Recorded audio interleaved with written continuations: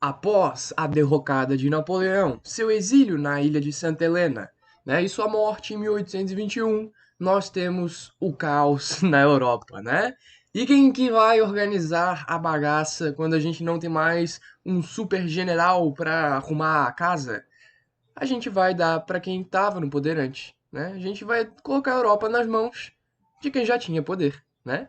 Então, o Congresso de Viena surge em 1814 como uma reunião dos antigos donos da Europa para resolver o que queria acontecer, né?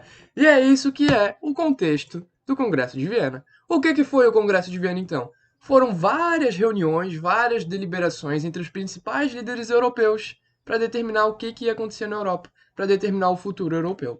Basicamente, tu pode dizer também que foi um exemplo clássico de conservadorismo, tá? E aqui que nasce uma concepção clássica do que é ser conservador e liberal, né? Então, na concepção clássica, ser liberal é ser contra o absolutismo monárquico, ser contra, né, o despotismo, ser contra os privilégios aristocráticos, tá? E ser conservador é querer tudo isso, né?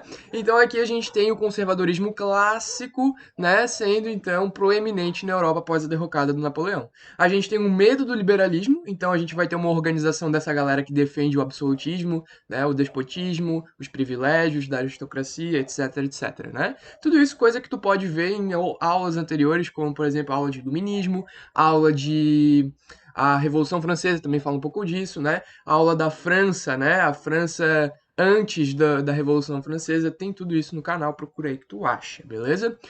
A gente também pode chamar, né, isso daí como uma restauração, né? O Congresso de Viena foram reuniões para restaurar a Europa, restaurar, meu Deus do céu. A dicção acabou, minha gente. Restaurar, oh, aí sim, restaurar os antigos territórios, restaurar os antigos governos que foram derrubados por Napoleão. Um retorno ao antigo regime monárquico, né? Então a gente sai dessa ditadura do Napoleão e agora a gente organiza a casa para colocar os reis de volta nos seus tronos. Inclusive, o próprio Luís XVIII de Bourbon, que tinha sido derrubado, a família de Bourbon na Revolução Francesa, eles voltam ao poder depois que Napoleão morre, né? Olha que loucura que é a vida, né? Que é a história. A história é muito, muito incrível, né? Quem foram os participantes? Aqui todos esses, né? Não, tô brincando, calma. Os participantes foram as principais potências, né? Alguns vários países, com certeza, né? Mas as principais potências como Áustria, Prússia, Rússia, França e Inglaterra participaram. Aí tu me pergunta, como assim a França? A França não foi o país que dominou tudo? Exatamente, né? Só que eles consideraram que o principal vilão da história não era a França em si, e sim o Napoleão. Então a França ela participou do Congresso de Viena e vou te dizer que a França até que se deu bem, a gente vai ver mais pra frente o porquê disso. E a Inglaterra? Ué, a Inglaterra não é liberal? A Inglaterra não tem um parlamento super burguês, super contra os privilégios? É, a Inglaterra é liberal. E foi exatamente por isso que a Inglaterra participou. Porque a Inglaterra, apesar de tudo, a Inglaterra tem muito mais, né, pretensões econômicas do que políticas. A Inglaterra quer ser a maior economia do mundo, ela já é, né? Só que a Inglaterra ela quer continuar sendo e ela não quer sofrer, né, pressões de nenhuma outra nação. Ela não quer que nenhuma outra nação tenha, né, esse despontamento, né, essa qualidade, como a França ameaçou ter. Então a Inglaterra quer que tudo se mantenha estável para ela continuar no topo. Então, por interesse econômico, a Inglaterra vai participar do Congresso de Viena. Beleza? A gente vai ter aí o que costuma se chamar, tá, de sistema Metternich. Isso aqui é bem aprofundado. Provavelmente você não faz ideia o que é o sistema Metternich, tá? Mas o sistema Metternich foi o sistema adotado para organizar a casa, tá? Quem foi Metternich? Metternich foi o ministro austríaco, né, da época. Então a gente tem o Império Austríaco muito forte, tá, gente? O Império Austríaco nessa época tem vastos territórios e você pode ver aqui no mapa, né, como o Império Austríaco é grande, se tu comparar a Áustria que é hoje. Tranquilo? A gente vai ter aí, tá? Vários princípios que o Metternich vai organizar. O Metternich foi um dos principais, tá, a organizar o Congresso de Viena, e ele vai organizar três principais princípios para organizar a casa. O primeiro, o princípio da legitimidade. Antes do Napoleão, se você era rei, a sua casa, a sua família deve continuar no poder. Então, privilegiando, né, e dando legitimidade à origem divina do poder inato do rei. O rei é rei porque Deus quer. E se Deus quer, a sua família deve continuar no poder. Então, Luís XVIII, seu pai, o Luís... Seu pai... Eu não sei se foi pai, eu acho que... Não sei, enfim. Luís XVI. O seu parente lá, o Luís XVI, né, ele morreu na guilhotina. Só que como ele era rei, antes do Napoleão, antes da Revolução Francesa, bom, então tu tem que ser rei, porque, cara, é tua família, pô, é tua família tem o direito, tem a legitimidade de ser rei. E aí o Luís XVIII vai ser rei da França. Olha que loucura, né?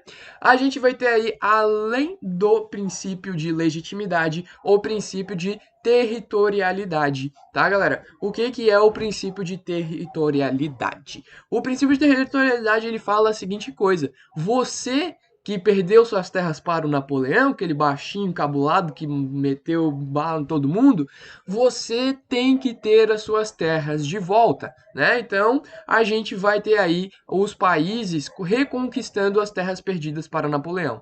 Os principais casos eu trouxe aqui para vocês. A Inglaterra eu esqueci de colocar aqui, perdão pelo amadorismo, mas a Inglaterra vai conseguir territórios aqui na Europa? Pouquíssimos, tá? A Inglaterra vai se dar bem mesmo lá no Atlântico. Vai conseguir outras situações, né? Como por exemplo Cabo, vai conseguir aí Malta, né? Então a Inglaterra ela vai conseguir mais territórios no contexto de Revolução Industrial, e a gente sabe que esses territórios são importantes porque eles enviam matéria-prima para a Inglaterra, produzir produto manufaturado e exportar para o mundo todo e ficar cada vez mais rica. Então a gente sabe que a Inglaterra se deu bem conseguindo outros territórios mais do que ela já tinha, tá? O que vai acontecer? A gente vai ter aí outras potências conquistando mais territórios. Isso aqui tudo é decorrente de diplomacia, tá, galera? Isso aqui foi um tratado, isso aqui não foi guerra, olha só, né? Então o Império Russo vai anexar a Polônia, né? A Bessarábia também. O Império Austríaco vai conquistar parte da Itália, tá? O Reino da Sardenha vai conquistar parte do que hoje a gente conhece como Itália.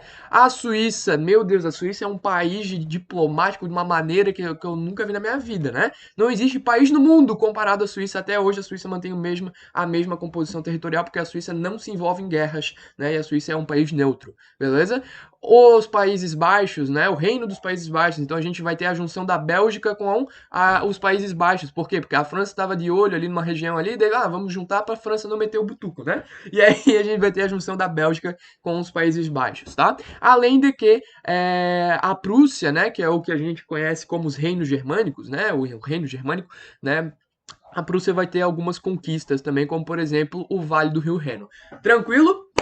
A gente já viu como que se articulou então, né? Repara que a França continua a mesma. Essa é a parte mais louca, né? Por isso que a França se deu tão bem. Porque geralmente quando um país perde uma guerra, quando um país é derrotado, né? Como a França foi derrotada com a morte de Napoleão, né? Com a captura de Napoleão na Batalha de Waterloo depois do governo de 100 dias. Então, a França deveria perder seus territórios, né? Deveria perder parte de seus territórios por conta de ser a derrotada. Geralmente o derrotado é o que se ferra, o derrotado ele é imposto as guerras sobre ele, né? As normas, as regras sobre ele.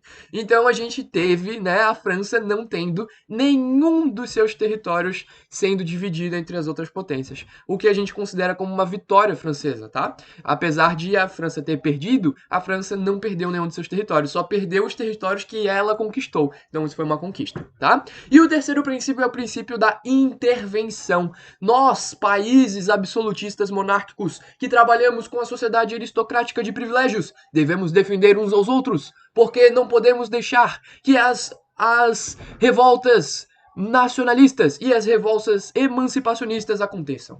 Esse é o princípio do princípio. Esse é o princípio do princípio, é maravilhoso, né? Esse é o princípio da intervenção. Os países nacionalistas, né? Os países absolutistas, os países do antigo regime devem juntar-se para combater os revoltosos, para impedir que revoluções liberais como a francesa aconteçam, beleza? Por isso eles vão criar a Santa Aliança. Na verdade, foi uma reunião de 3 países principais. A Rússia, do czar Alexandre I, tá? A Áustria, né, o Império Austríaco e a Prússia, tá? A Inglaterra não curtiu a Santa Aliança, porque a Inglaterra, ela só queria resolver a questão econômica, ela não gosta da intervenção, né? Ela acha que isso é um princípio conservador demais para ela, beleza? E esses três países, então, eles vão montar um exército supranacional, onde eles vão conter, né, determinadas revoltas que vão acontecer aí entre 1815 e 1820, principalmente, tá? O que vai acontecer, né? Aqui, principalmente, evitar o desmembramento do Império Russo, do Império Austríaco, né, da região ali da Prússia, beleza? Então esse é o principal objetivo, manter os territórios, evitar desmembramentos, evitar revoltas, sejam elas emancipacionistas, querendo se libertar, né? Ou sejam elas nacionalistas. Aqui é muito interessante essa questão de nacionalismo, porque repare bem, né? Aqui no Império Otomano a gente tem a Grécia. A Grécia se considera otomana? Não se considera. Aqui no Império Russo a gente tem a Polônia. Será que a Polônia se considera inteiramente russa? Não se considera. Aqui na Itália, a gente tem o Império Austríaco dominando determinadas regiões. Será que a Itália se considera austríaca? Não se considera. Então é aí que está a questão nacionalista, né? Várias partes desses impérios que estão sendo formados na Europa não vence, né, dentro desses impérios como uma parte integrante nacional. Eles têm uma nacionalidade própria que não está sendo respeitada. Então a gente vai ter essas pessoas que se consideram italianas, gregas, polonesas, se juntando para tentar fazer frente a esses imperadores que não representam elas, beleza? E aí, né, esses imperadores, eles vão querer conter isso e por isso eles vão formar a Santa Aliança. Beleza, galera? O que vai acontecer? A Inglaterra não tá nem aí para a Europa, mas a Inglaterra não quer, né? A Inglaterra não quer que as suas colônias acabem, né, tendo algum problema, tendo alguma situação. Então a Inglaterra, quando a Santa Aliança vai ameaçar invadir a América, quando a Santa Aliança vai ameaçar sair da Europa, a Inglaterra vai falar: não, oh, no, motherfucker, you're not going to do this, né? A Inglaterra vai ficar puta, a Inglaterra vai falar assim, cara, não, né? Vocês já brincaram demais, a gente só vai apoiar decisões econômicas para vocês ficar aí, beleza? Mas aí eu tenho que continuar sendo a potência, essa era a condição da Inglaterra, né? E aí quando ameaçaram intervir demais, isso era muito conservador para a Inglaterra é muito liberal para aceitar uma coisa dessas, né? Além disso, aqui na América, né, a gente vai ter os Estados Unidos evoluindo cada vez mais, né? E aí o Monroe, né, um dos presidentes dos Estados Unidos, ele vai lançar a doutrina Monroe.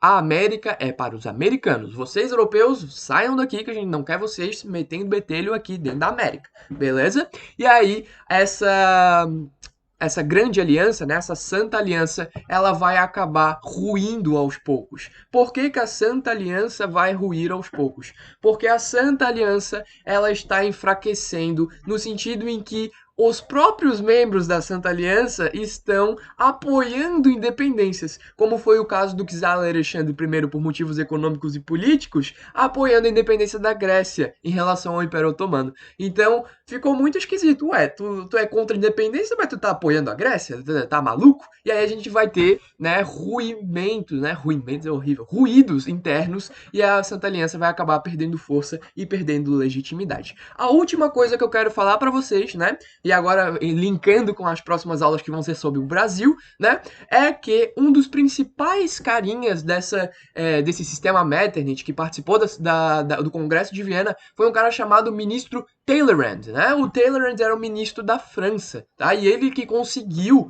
né, manter os territórios franceses, ele que conseguiu botar na cabeça dos outros que era culpa do Napoleão, não era culpa da França, beleza? E aí o Talleyrand, ele vai, né, ser um diplomata muito influente, e inclusive ele vai falar muito com Dom João VI, né, o atual imperador do Brasil, né, o atual imperador de Portugal, na real. O que o Talleyrand vai falar pro João VI? Eles eram amigos, né? Ele vai falar, cara, tu tá aí no Brasil, tu tá meio sem legitimidade, cara. Tu fugiu do Napoleão. O povo aqui de Portugal tá achando que tu é um frouxo.